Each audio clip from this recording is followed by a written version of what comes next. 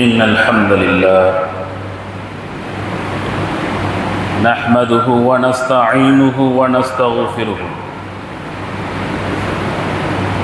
ونؤمن به ونتوكل عليه ونعوذ بالله من شرور أنفسنا ومن سيئات أعمالنا من يهده الله فلا مضل له ومن يضلله فلا هادي له أشهد أن لا إله إلا الله وحده لا شريك له وأشهد أن محمدا عبده ورسوله أما بعد فقد قال الله تعالى في القرآن العظيم والفرقان المجيد أعوذ بالله من الشيطان الرجيم بسم الله الرحمن الرحيم وابتغ فيما آتاك الله الدار الآخرة ولا تنس نصيبك من الدنيا وأحسن كما أحسن الله إليك ولا تبغ الفساد في الأرض إن الله لا يحب المفسدين. قال نبينا صلى الله عليه وسلم خيركم من تعلم القرآن علمه. قال أيضا من سلم المسلمون من لسانه ويده. رب اشرح لي صدري ويسر لي أمري واحلل عقدة من لساني يفقه قولي. எல்லாம் அல்ல அல்லாஹ்வுடைய அடியார்களே, சகோதரர்களே, சகோதரிகளே, இந்த ஜும்மாவுடைய இந்த நேரத்தில் அல்லாஹும் அல்லாஹ்வுடைய தூதரும் சொல்லி தந்த, காட்டி தந்த, செயல்படுத்திய விஷயங்களை நாமும் செவிதாழ்த்தி அல்லாஹ் சொல்வது போல வஸ்மஉ வஅதீஉ வஅன்ஃபிகு, செவிதாழ்த்தி கேளுங்கள், கட்டுப்படுங்கள், அல்லாஹ் உங்களுக்கு வழங்கியதிலிருந்து செலவு செய்யுங்கள் என்பதை போல செவிதாழ்த்தி கேட்டவைகளை செயல்படுத்தக்கூடிய நாட்டம் கொண்டவர்களாக, அந்த எண்ணம் கொண்டவர்களாக நாம் இங்கே அமர்ந்திருக்க வேண்டும் என்ற அல்லாஹ்வுடைய அறிவுரையை நினைவூட்டியவனாக இந்த ஜும்மாவுடைய முதல் உரையை ஆரம்பம் செய்கிறேன். அன்பான சகோதர சகோதரிகளை, இன்றைக்கு பார்க்க இருக்கக்கூடிய விஷயம் என்னன்னு சொன்னால், யார் சிறந்தவர்? குர்ஆன் ஹதீஸின் பார்வையில், இஸ்லாத்தின் பார்வையில் யார் சிறந்தவர்? இன்றைக்கு பார்க்கிறோம், ஒவ்வொருத்தரும் சில இபாதத்துகளை செய்துவிட்டு நான் சிறந்தவன் என்ற ஒரு கர்வம், ஒரு மமதை அவர்களுடைய மனதிற்குள் வந்து விடுகிறது. ஆனால் நபிகள் நாயகம் ஸல்லல்லாஹு அலைஹி வஸல்லம் நாம் தேடி பார்த்த வரையிலே இறை தூதர் அவர்கள் குர்ஆனிலும் சரி ஹதீஸிலும் சரி ஒரு 10 விஷயங்களை, குணாதிசயங்களை சொல்லி காட்டுகிறார்கள். இந்த 10ம் யாருடைய வாழ்க்கையில் கடைபிடிக்கப்படுகிறதோ அல்லது யாருடைய வாழ்க்கையில் அது இருக்கிறதோ அவர்கள்தான் சிறந்தவர் என்பதை நபிகள் நாயகம் ஸல்லல்லாஹு அலைஹி வஸல்லம் நமக்கு கோடிட்டு காட்டுகிறார்கள். நாம் சொல்ல சொல்ல அந்த செயல்பாடு நம்மிடத்தில் இருக்குதாங்கிறத நாம் ஒவ்வொருவரும் சுய பரிசோதனை செய்ய கடமைப்பட்டிருக்கிறோம். முதலாவதாக சொல்லும்போது, ஹைருக்கும் மன் தஅல்லமல் குர்ஆன வ அல்லமஹு, ரவாஹுல் புகாரி 5027வது ஹதீஸாக பதிவு செய்யப்பட்டுள்ளது. குர்ஆனை தானும் கற்று பிறருக்கும் கற்றுக் கொடுக்கக்கூடியவர் உங்களில் சிறந்தவர் என்று நபிகள் நாயகம் ஸல்லல்லாஹு அலைஹி வஸல்லம் சொன்னார்கள். சஹாபாக்களுடைய வாழ்க்கையிலே இந்த ஹதீஸினுடைய நடைமுறைகளை பார்க்கும்போது சஅத் ரலியல்லாஹு அன்ஹு உள்பட பல சஹாபாக்கள் குர்ஆனை கற்றுக்கொள்வது என்பதை எப்படி விளங்கிக் கொண்டார்கள் என்றால், நான் அரபியில் நல்லா குர்ஆனை ஓதுவேன், நான் கற்றுக்கிட்டவன் தான் அப்படின்னு சொல்லி நாம் நினைக்கிறோம். ஆனால் சஹாபாக்கள் குர்ஆனை கற்றுக்கொண்டு அது தன்னுடைய வாழ்க்கையில் கடைபிடிக்கிறோமா என்பதையும் சேர்த்து கற்றுக்கொண்டு பிறருக்கும் அதை சொல்லிக் கொடுப்பார்கள். ஏன்னு சொன்னால், குர்ஆனை கற்றுக்கொள் என்று இறைத்தூதர் சொன்னார்கள், கற்றுக்கொடு என்றார்கள். சஹாபாக்கள் தான் குர்ஆனை நல்ல முறையில் ஓதிக்கொண்டேன், அதனால் பிறருக்கு கற்றுக் கொடுக்கிறேன் என்று உடனடியாக முடிவெடுக்காமல் ஒரு வசனத்தை சிந்திக்கிறார்கள். ஓதிட்டோம், நல்ல குர்ஆன் ஓத தெரியும், நல்ல மனப்பாடம். லிம தகூலூன மாலா தஃஅலூன் யா அய்யுஹல்லதீன ஆமனூ லிம தகூலூன மாலா தஃஅலூன், ஈமான் கொண்டவர்களே நீங்கள் செய்யாததை ஏன் பிறருக்கு சொல்கிறீர்கள்? இந்த வசனம் இறங்கின உடனே ஆஹா, இப்போ குர்ஆனை நாம் கற்றுக்கொண்டால் இதையும் சேர்த்தல்லவா, இந்த செயல்பாடுகளையும் சேர்த்தல்லவா கற்றுக் கொடுக்கணும். நான் குர்ஆனை நல்லா ஓதுறேன், ஆனால் வாழ்க்கையில் எதுவுமே இல்லை. வட்டிக்கு வீட்டை அடகு வைக்கிறது நம்ம ஊரில் நிறைய அதிகரிச்சுட்டு வருது. ஃபினான்ஸ் கம்பெனிக்காரெலாம் நம்ம ஊரை தேடி தான் வந்துக்கிட்டு இருக்கோம். ஆனால் குர்ஆனில் பாருங்கள், மாஷா அல்லாஹ், பெண்கள்லாம் வீட்டில் உட்காந்து நோம்புல ரம்ஜான் மாதங்களெல்லாம் நான் பார்க்குறேன், ஓதக்கூடிய சவுண்டுகள் பக்கத்து வீட்டுக்கு கேட்குறேன். எல்லா பெண்களையும் சொல்லலை, ஆனால் நம்ம ஊரில் அப்படிப்பட்டவங்களும் இருக்கிறாங்கன்னு சகோதரிகளுக்கு தெரியும். வட்டிக்கு வீட்டை அடமானம் வைத்து நடுத்தருவில் இருக்கக்கூடியவர்களை தெரியும். வீட்டு வாசலில் வட்டிக்கு கடன் வாங்கின மாற்று மதத்தை சேர்ந்தவர் என்ன தாறுமாறான பேச்சுக்கள், அவமானகரமான வார்த்தைகளை விடுகிறார் என்பது தெரியும். அப்போ இப்போ என்ன நினச்சிக்கிட்டாங்கன்னா, குர்ஆனை அரபியில் நல்லா ஓத தெரிஞ்சதுங்கிறது நான் கற்றுக்கிட்டேன். ஆனால் சஹாபாக்களுடைய வாழ்க்கையில் அவங்க புரிஞ்சுக்கிட்டது, கற்றுக்கொள்வது என்பது செயல்படுத்துவதையும் சேர்த்துத்தான். அப்போ ஒரு வசனத்தை சஅத் ரலியல்லாஹு அன்ஹு என்ன செய்வாங்களாம், படிப்பாங்களாம், அதை ஓதுவாங்களாம், அதை கற்றுக்கொள்வாங்களாம். வாழ்க்கையில் தன்னிடத்தில் அது இருக்குதா என்பதை சுய பரிசோதனை செய்வார்களாம். அதை செய்துவிட்டுத்தான் அடுத்த வசனத்துக்கு செல்வார்கள். அதை செயல்படுத்திய வசனங்களை தான் பிறருக்கு கற்றுக் கொடுப்பார்கள். இந்த அளவுக்கு சஹாபாக்களுடைய சிந்தனைகள் இருக்குது. இன்றைக்கி என்ன ஆயிடுச்சுன்னா, அரபியில் ஓதுனா அது இபாதத்து, ஆனால் அது வாழ்க்கையில் கடைபிடிக்கணும்னு அவசியம் இல்லை. இப்படிப்பட்ட ஒரு தவறான புரிதல் இருக்கிறது. அதே குர்ஆனில் தான் இன்ன அக்ரமக்கும் இன்தல்லாஹி அத்காக்கும், உங்களில் யார் சிறந்தவர், அல்லாஹ்வுக்கு யார் அதிகமாக பயப்படுறாங்களோ அவங்க தான் சிறந்தவர் என்று அல்லாஹ்வும் குர்ஆனில் சொல்லி காட்டுறாங்க. இதுதான் நமக்கு தெரிஞ்ச விஷயம்தான். அதனால் நாம் சிறந்தவர்களாக ஆக வேண்டும் என்றால் குர்ஆனை அரபியில் ஓதுனால் மாத்திரம் பத்தாது, அதை வாழ்க்கையிலே கடைபிடிக்கக்கூடியவர்களாக இருக்க வேண்டும். பிறருக்கு அதை கற்றுக் கொடுக்கவும் வேண்டும், எத்தி வைக்கவும் வேண்டும், பிரச்சாரம் செய்யவும் வேண்டும். இந்த மாதிரி ஒரு கண்ணோட்டத்தில் தான் நம்ம புரியும். நான் ஓதிட்டேன், பிறகு கற்றுக் கொடுக்குறேன். நான் ஓதி கொடுத்து தொழாமல் இருந்தாலும் பரவாயில்லை, நான் ஜமாத்தை கடைபிடிக்காமல் இருந்தாலும் பரவாயில்லை, நான் வாழ்க்கையில் என்ன பாவங்கள் வேணாலும் செய்யலாம், என்ன ஹராம வேணாலும் செய்யலாம், ஆனால் நான் குர்ஆன் ஓதி கொடுக்குறேன். நீங்கள் அந்த மாதிரி ஆயிப்போச்சா இல்லையா? அப்போ இப்படி குர்ஆனை கற்றுக்கிட்டால் மட்டும் ஒருத்தர் சிறந்தவர் ஆயிடுவார் என்பதல்ல. அப்படி பார்த்தா இப்லீஸே மிக சிறந்தவனாக இருப்பான். ஏன்னாமா சொர்க்கத்தில் இருந்தவன், நம்ம இன்னும் சொர்க்கத்தையே கண்ணில் பார்க்கல. இப்லீஸ் மிக சிறந்தவன், அதில் சொர்க்கத்தை பார்த்துவிட்டு வெளியே வந்தவன். நாம் சொர்க்கத்துக்கே போகிறதுக்காக நம்மளை நாம் தயார்படுத்தி கொண்டிருக்கிறோம். இதுதான் நம்முடைய சிந்தனைகளாக இருந்து கொண்டிருக்கிறது. அதனால் சகோதரர்களை, முதலாவது சிறப்பை நாம் புரிந்து கொள்ள வேண்டும். தானும் கற்று பிறருக்கும் கற்றுக் கொடுப்பவர் உங்களில் சிறந்தவர் என்றால் தான் கற்றதை செயல் வடிவத்தோடு கற்றுக்கொள்ள வேண்டும், செயல்படுத்த வேண்டும், பிறருக்கு அதை சொல்லிக் கொடுக்க வேண்டும், பிறருக்கு அதை எத்தி வைக்க வேண்டும், பிறருக்கு அதை ஓதி கொடுக்க வேண்டும், பிறர் ஓதுவதற்கான பயிற்சிகளை நாம் வழங்க வேண்டும். இந்த புரிதலோடு இருப்பவர்கள் தான் சிறந்த மனிதர்களாக வாழ முடியும். அப்படி செயல்படுறவங்க நிச்சயமாக நல்லடியார்களை உருவாக்க முடியும். தான் நல்லடியாராக இருந்து கொண்டு பிறரை நல்லடியார்களாக உருவாக்குவதற்கான வாய்ப்பு அவருக்கு என்ன செய்து இருக்குதுங்கிறத புரிஞ்சுக்கணும். ரெண்டாவதாக சொல்கிறாங்க, வலிமையான குணம், நன்னடத்தையும் கொண்டவர்.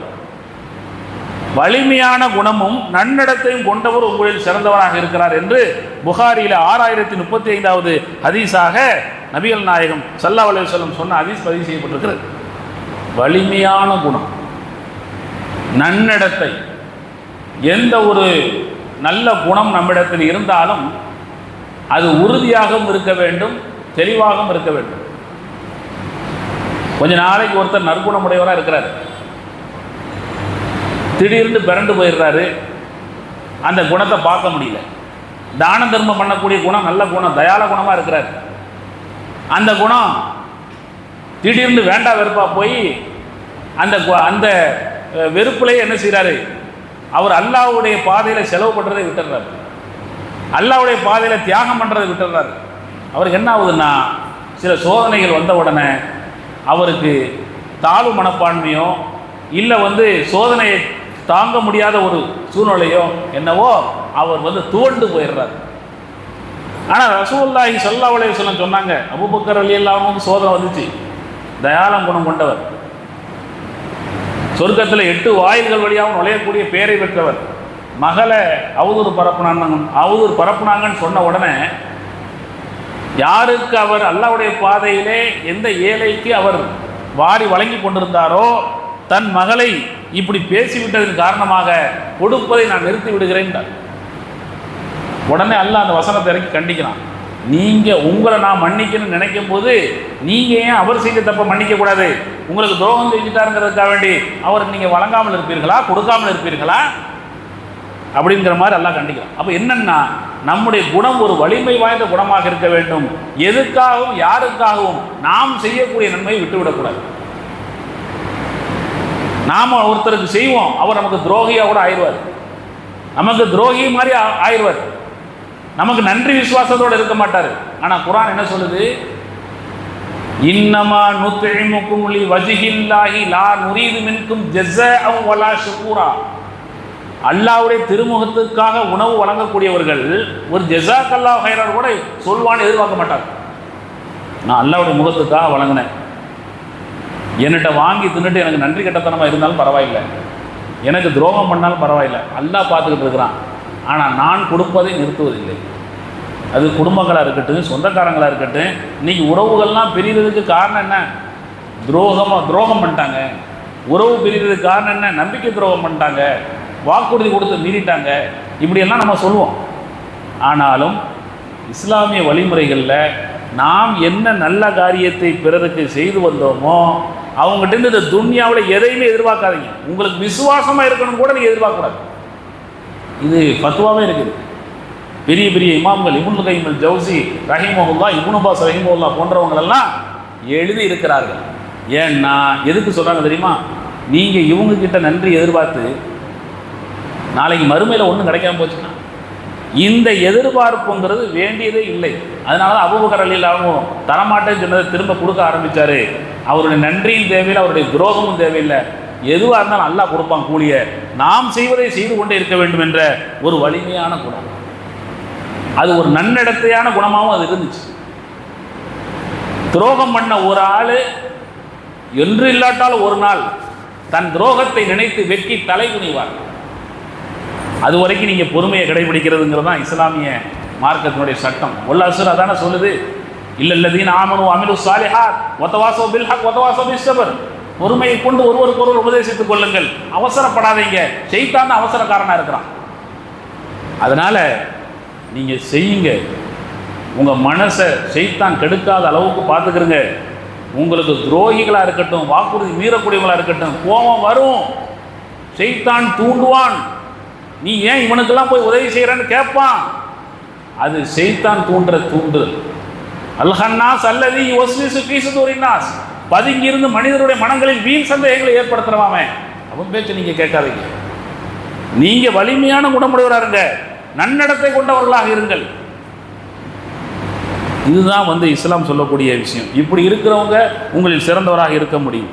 மூன்றாவதாக சொல்லும்போது, கடனை விரைவாக செலுத்துபவர் உங்களில் சிறந்தவர் என்று நபிகள் நாயகம் ஸல்லல்லாஹு அலைஹி வஸல்லம் சொல்லக்கூடிய ஹதீஸு புகாரியில் 2305.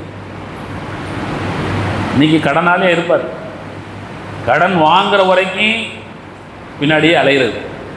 வாங்கிட்டாருன்னா அவர் பின்னாடி நீங்கள் ஓடிக்கிட்டே இருக்க வேண்டியது. தரமாட்டாங்கிறான், தராமல் ஏமாத்தான். இன்றைக்கி குர்ஆன் ஹதீஸ் வாயிலேயே பேசுகிற ஆள்கள்கிட்டே அந்த தவறுகள் இருக்குது. இன்றைக்கி இந்த கூட்டத்தில் கூட, இந்த ஜும்மா இதில் கேட்டுக்கிட்டு இருக்க உங்களில் கூட நல்லா நாவுக்கு இனிமையாக குர்ஆன் வசனங்களை சொல்லி கடன் வாங்கினவங்க இருப்பாங்க. நீங்கள் கொடுத்துருப்பீங்க. கொடுத்துட்டு இன்னமும் வாங்குறதுக்கு வழி இல்லாமல் சரி போய் தொலைதுன்னு விட்டுட்டீங்களோ, இல்லைன்னா எப்போ தருவான்னு எதிர்பார்த்துக்கிட்டு அவங்க பின்னாடி அலைகிறீங்களோ, பாதிக்கப்பட்டவங்க இருப்பீங்க. அந்த மாதிரி யாராவது வாங்கின கடனை திரும்ப கொடுக்கலன்னு சொன்னால் ஜனாசா தொழுகை வைப்பதற்கு கூட அவருக்கு தகுதி கிடையாது. அப்படி அந்த நிலையில் மௌத்தாயிட்டாருன்னா அதுக்கெல்லாம் கூட பயம் இல்லை. குர்ஆன் வசனம் ஹதீஸ் எல்லாம் சும்மா தூசி மாதிரி தட்டி விட்டுக்கிட்டு போகிறவன் தான் இருக்கிறான். இவன் 5 வேளை தொழுதுட்டு பக்திமான் மாதிரி காட்டுவான், குர்ஆன் சொன்னாம கடைபிடிக்கிற மாதிரி காட்டுவான். இப்படி 2 கையை ஏந்தி நல்லா துவா செஞ்சுக்கிட்டு இருப்பான். அவ்வளோ பக்தி இருக்கும். ஆனால் என்ன, அடுத்தவனுடைய சோத்தில் மண்டலி போடுது. நம்பிக்கையோடு கொடுத்துருப்பாங்க. இவ்வளோ அழகாக குர்ஆன் ஹதீஸை பேசுகிறாரு, இவர் திரும்ப தருவார் நம்பிக்கையோடு கொடுத்துருப்பார். ஆனால் அதை திரும்ப கொடுக்காம எந்த மூஞ்சை வச்சுக்கிட்டு இவன் தொழுகைக்கு வரும். இன்னும் சலாத்த தன்ஹானில் ஃபஹ்ஷாய் ஒரு முன்கர் தானங்க. தொழுகை தீமையை விட்டு மானங்கெட்ட காரியத்தை விட்டு தடுக்கும். கடனை வாங்கிட்டு மோசடி பண்ணா அதை விட வேற தீமை என்ன இருக்கு? அப்போ உன் தொழுகை தீமையை விட்டு தடுக்கலை. தடுக்காத தொழுகை அல்லாஹ்வுக்கு எதுக்கு? நீ மாறணும். உன் தொழுகையின் மூலமா உன்னை நீ மாற்றிக்கொள்ளணும். உன் தொழுகை உன்னுடைய தீமை விட்டு தடுக்கணும். அப்படிங்கிறதுக்காகத்தான் நான் தொழுகை சொல்றேன். மாறாக தொழுதுகிட்ட ஊரை ஏமாத்துறது, உலகத்தை ஏமாத்துறது, வாங்கின கடனை திரும்ப கொடுக்காம இருக்கிறது, இதுக்கு அவனுடைய சொன்னான். ஆனால் அவன் தோரணையில் மற்றவங்களுக்கு சிறந்தவனாக காட்டிக்கொள்கிறான். அதனால கடனை கொடுக்கல் வாங்கல்ல கம்ப்ளைண்ட் இல்லாமல் யார் இருக்கிறாங்களோ அவங்க தான் சிறந்தவர்.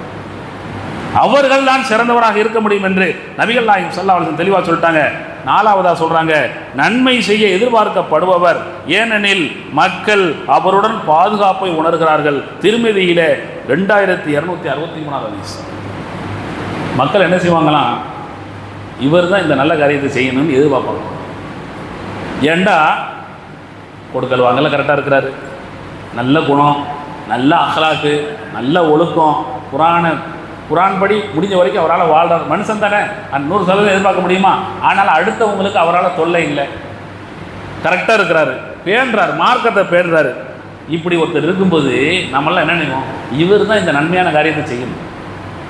இவர் நம்முடைய அண்டை வீட்டாராக இருந்தால், இவர் நம்முடைய நிர்வாகத்தில் இருந்தால், இவர் மார்க்க பணிகளில் ஈடுபாடு உடையவராக இருந்தால் ரொம்ப நல்லா இருக்கும், ரொம்ப உதவியாக இருக்கும், ரொம்ப சிறப்பாக இருக்கும்னு மக்கள் எதிர்பார்ப்பாங்க. அது மட்டும் இல்லை, என் கூட இருக்கிறது, இவர் என் கூட இருக்கிறது எனக்கு எவ்வளோ தைரியமாக இருக்குது தெரியுமா, எனக்கு எவ்வளோ சந்தோஷமாக இருக்குது தெரியுமான்னு இப்படி ஒருத்தர் உங்களை எதிர்பார்க்க வேண்டும். உங்களை ஒருத்தர் நன்மை செய்யவும் முன்னிலைப்படுத்த வேண்டும். நீங்கள் என் கூட இருக்கிறது எனக்கு தைரியம், துணிச்சல் தான் என்பதை உணர வேண்டும். மாறாக இவன் எப்போ தொலைஞ்சு போவான், இவன் எப்போ நம்மளை விட்டு போவான், இவனால் பெரிய தொல்லையாக இருக்குன்னு சொல்லி அழுது புலம்போதும் அல்லாவிடத்தில் கையேற்றுவதும் பதுவா செய்வதுமாக இருக்கிற நிலைமையில் தான் உங்களுடைய கொடுமை இருக்குமே. ஆனால் உங்கள் சிறந்தவராக நீங்கள் யாருமே ஆக முடியாது என்பதை புரிந்து கொள்ள வேண்டும். ஆக நம்மளை ஒரு ஆள் இந்த நன்மை நீங்கள் தான் செய்யணும்னு எதிர்பார்க்குற மாதிரி இருக்கணும்.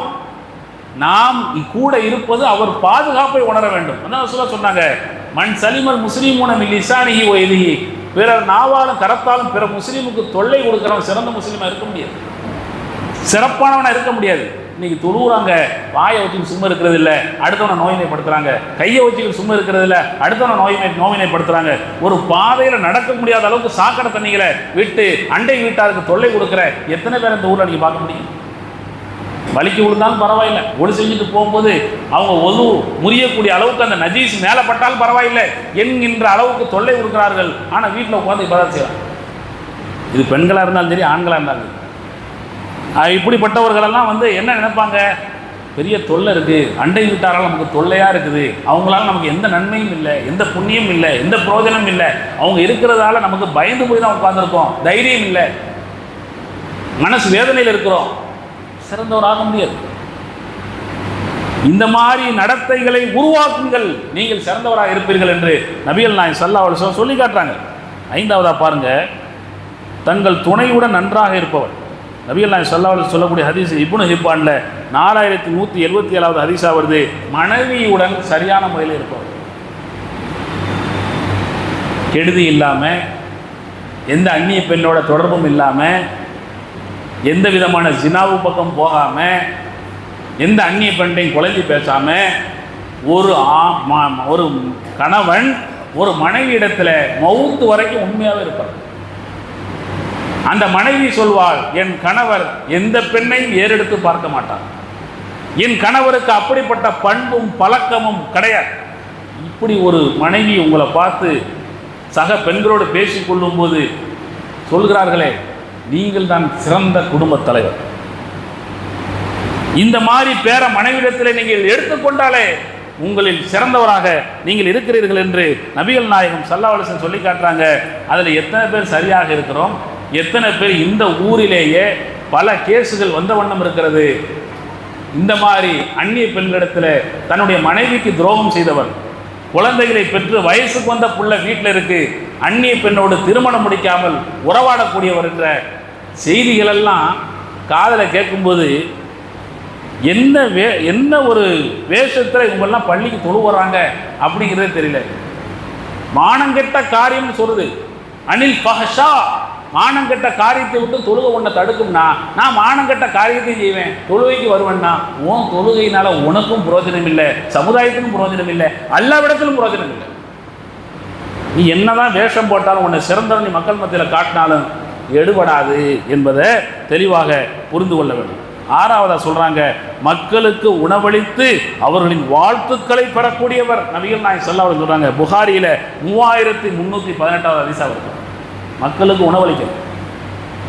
இந்த யாசகம் கேட்டு வர்ற கேஸ்லாம் காசை சேர்த்து வைக்கிற கேஸுகளாக இருக்குது. நீங்கள் எத்தனையோ யூடியூப்பில் பார்ப்பீங்க, இஸ்லாம் சொல்கிறத செய்கிறாங்க. சில பேர் தேடி போவாங்க, அனாதே ரோட்டில் ஒரு கிளவி இருக்குது, முடிகளை வெட்டி அவர்களை குளிக்க வைத்து அவர்களுக்கு புத்தாடைகளை அணிவித்து அவர்களுக்கு காசையும் கொடுத்து அரிசியும் கொடுத்து இப்படி தேடி போகிறாங்க. நம்ம வீட்டு வாசலில் தேடி வர்றதெல்லாம் என்னது, உழைக்க வழி இல்லாமையா? இப்படி நிறைய கேஸு காயல் பண்ணத்துக்கு போனால் பிச்சை எடுத்தே சம்பாதிச்சிடலாம், பொழைச்சிடலாம் அப்படின்னு நினைக்கிற கேஸ் தான் நிறைய வருது.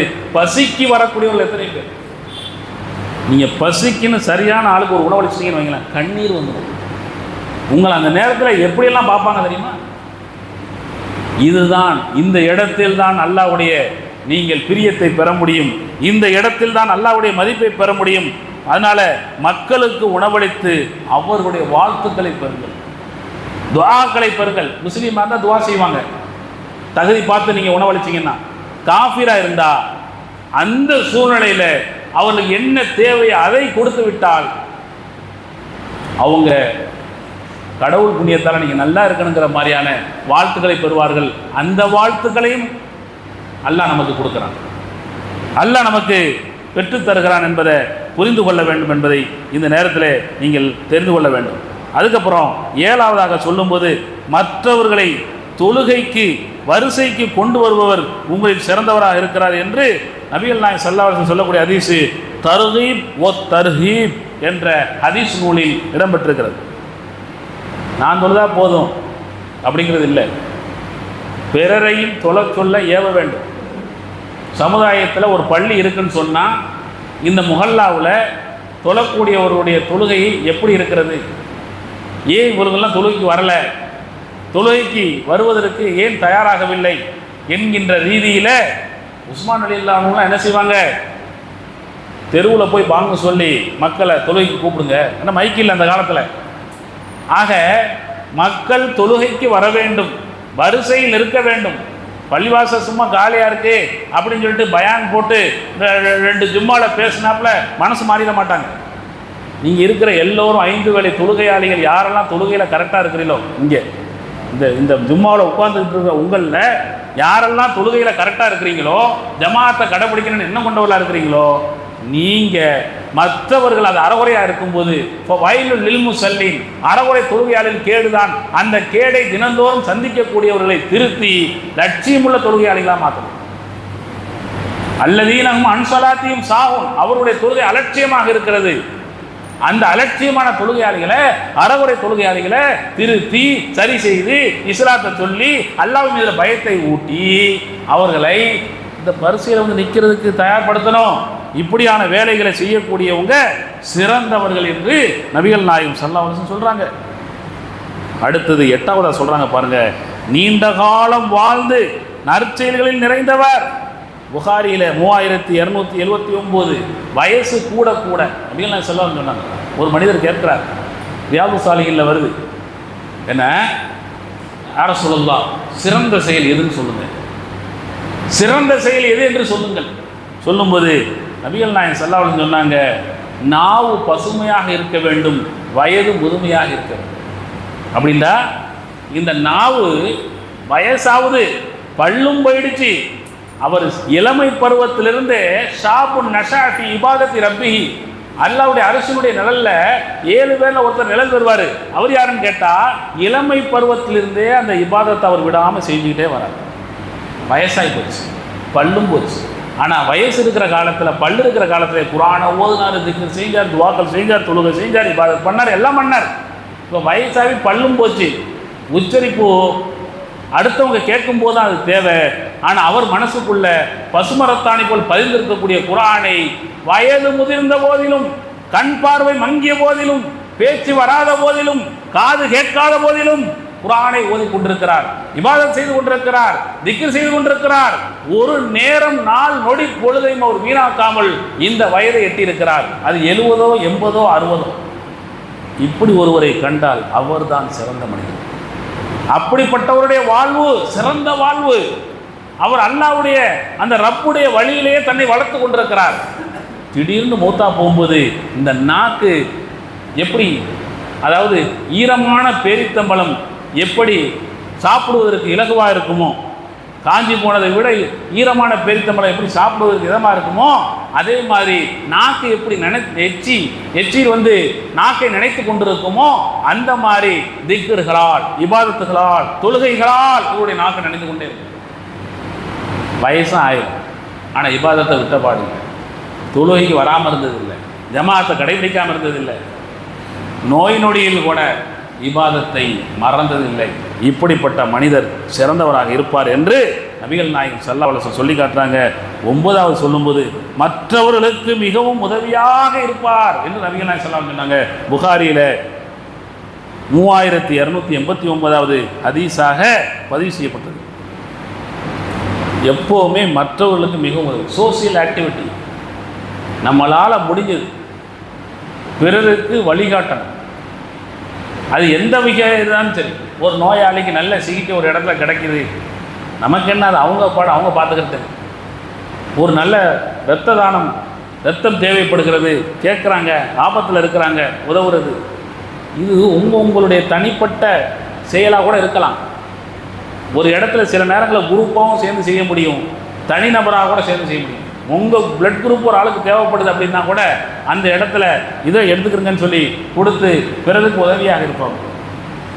ஆறுதலாக கூட இருக்கலாம். அடுத்தவங்க சோகத்திலையும் துக்கத்திலையும் துவண்டு போய் இருக்கிறவங்களுக்கு ஆறுதலாக இருக்கலாம். இப்படி ஏதாவது ஒரு வகையில் மற்றவர்களுக்கு நீங்கள் உங்கள் மவுத்து வரைக்கும் நீங்கள் உதவியாகவே இருக்கிறதுங்கிறது உங்களுடைய சிறந்த செயலை காட்டுகிறது.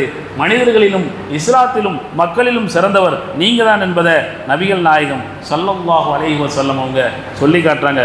இறுதியாக 10வதாக சொல்லும்போது உள்ளத்தில் தூய்மையும் பேச்சில் உண்மையும் உள்ளவர் உங்களில் சிறந்தவர் என்று நபிகள் நாயகம் ஸல்லல்லாஹு அலைஹி வஸல்லம் சொன்னாங்க.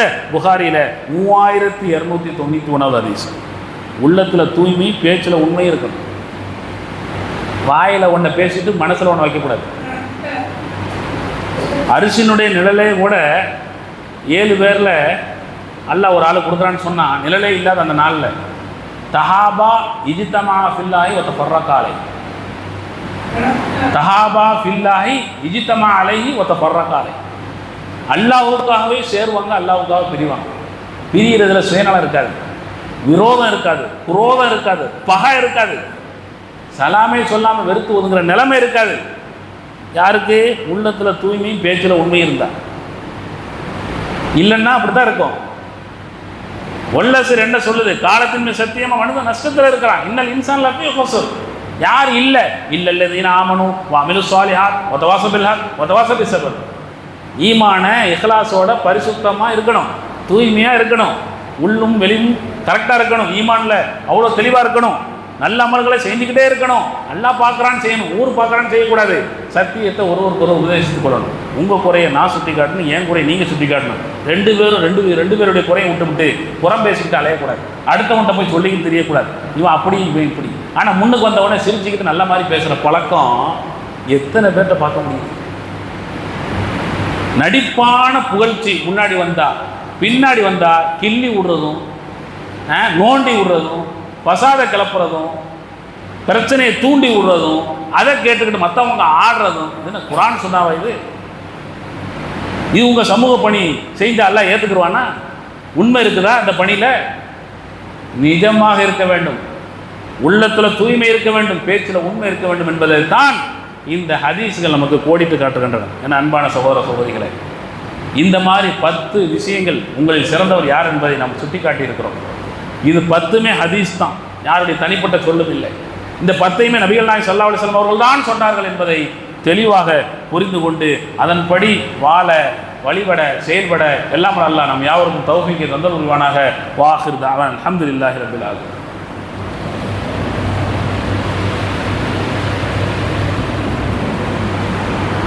نحمده ونصلي على رسوله الكريم أما بعد فقد قال الله تعالى في القرآن العظيم والفرقان المجيد أعوذ بالله من الشيطان الرجيم بسم الله الرحمن الرحيم وابتغي فيما آتاك الله الدار الآخرة.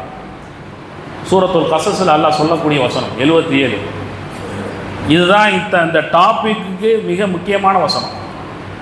இந்த வசனத்தை சொல்லி நாம் நிறைவு செய்வோம். வபுத்தகி ஃபீமா ஆத்தாக் அல்லாஹு தாரல் ஆகிரா. அல்லாஹ் உங்களுக்கு கொடுத்ததை நீங்கள் என்ன செய்யணும்? பிறருக்கு செலவழித்து மறுமையின் வீட்டை தேடிக்கொள்ள வேண்டும். மறுமையின் வீட்டை தேடிக்கொள்ள வேண்டும். மறுமையில் வீடு, இந்த வீடு நிரந்தரம் இல்லை, இங்கே விட்டு போயிடுவோம். நீங்கள் விட்டுட்டு போனதை இவங்க அனுபவிப்பாங்க, நீங்கள் போயிட்டா நீங்கள் விட்டுட்டு போனதை இவங்க அனுபவிப்பாங்க. ஆனால் நீங்கள் அனுபவிக்கிறது எங்கே? கபருலையும் ஆகிரத்தை. அப்போ உங்கள் பிள்ளைங்க அனுபவிக்கிறதுக்கு நீங்கள் விட்டுட்டு போறீங்க, நீங்கள் அனுபவிக்கிறதுக்கு கபருலையும் ஆகிரத்துலையும் எதை விட்டுட்டு போறீங்க? அதனால் வாழும்போது ஆகிரத்துக்கும் கபருக்கும் சேர்த்து வைங்க. அதன்பா அல்லாஹ் கொடுத்ததுலேருந்து செலவழிங்க. அந்த நன்மை தான் கபருக்கும் ஆகிரத்துக்கும் வரப்போகுது. ஒலா தன்ச நசீபக மின துன்யா. நான் உங்களுக்கு கொடுத்ததை இந்த உலகத்திலேயே நீங்கள் சேர்த்து வச்சிருக்கிறீங்கல்ல, அதுதான் உங்களுடைய பங்குங்கிறத மறக்காதீங்க. சுப்ஹானல்லாஹ். நான் உங்களுக்கு கொடுத்ததை நீங்கள் வழங்குறீங்கல்ல, அதுதான் துன்யாவில் உங்களுடைய பங்கு. அந்த பங்கு தான் கபூர்லையும் பேசும், ஆகிரத்திலையும் பேசும். அதுதான் மலக்கிடத்தில் அன்பை பெற்றுத்தரும், அதுதான் என்னிடத்தில் உள்ள கருணையை பெற்றுத்தரும். வேதனையிலிருந்து உங்களை பாதுகாக்குங்கிறத மறந்து விடக்கூடாது. வாஹ்சின் கமா அஹ்ஸன அல்லாஹு இலைக். உங்களை இன்னைக்கு அல்லாஹ் நல்லா வச்சிருக்கான், உங்களுக்கு எல்லாம் நன்மை செஞ்சிருக்கான்ல, நீங்களும் அதை மாதிரி பிறருக்கு நன்மையே நாடுங்க. வேற எதையும் நாடாதீங்க, துரோகத்தை நாடாதீங்க, குழி தோண்டி ஒருத்தனை புதைக்கணும் நாடாதீங்க, காலவாரம் நாடாதீங்க, கீழறுப்பு வேலைகளை பண்ணாதீங்க. தெளிவாக சொல்லி காட்டுறான். சொல்லிட்டு ஒலா தபுகில் ஃபஸாத ஃபில் அர்லி இன்னல்லாஹ லா யுஹிப்புல் முஃப்ஸிதீன். குழப்பத்தை பூமியிலே தேடாதீர்கள். எப்படா குழப்பம் செய்யுது? யாரை பிரித்து விடுறது? எந்த நிர்வாகத்தை குழப்புறது? எதை பண்ணுறது? இப்படியான குழப்பங்களை செய்து கொண்டிருக்காதீர்கள். ஏன்னா குழப்பவாதிகள் அல்லாஹ் நேசிப்பதில்லை. அல்லாவே நேசிக்கலைன்னா நீ எந்த மூஞ்சை வச்சுக்கிட்டு அல்லாஹ் இபாதத் பண்ணுவீங்க? இது எல்லாம் புரிந்து கொண்டு வாழ்க்கையிலே கடைபிடிப்போமாக. அதுக்கு தௌஃபீக்கை நம் யாவருக்கும் எல்லாம் அல்லாஹ் தந்தருள்வானாக. வாஹிர் தஅவானா அல்ஹம்துலில்லாஹி ரப்பில் ஆலமீன். வலதுல்லாஹி அக்பர். வல்லாஹு யஅலம் மா தஸ்னஊன்.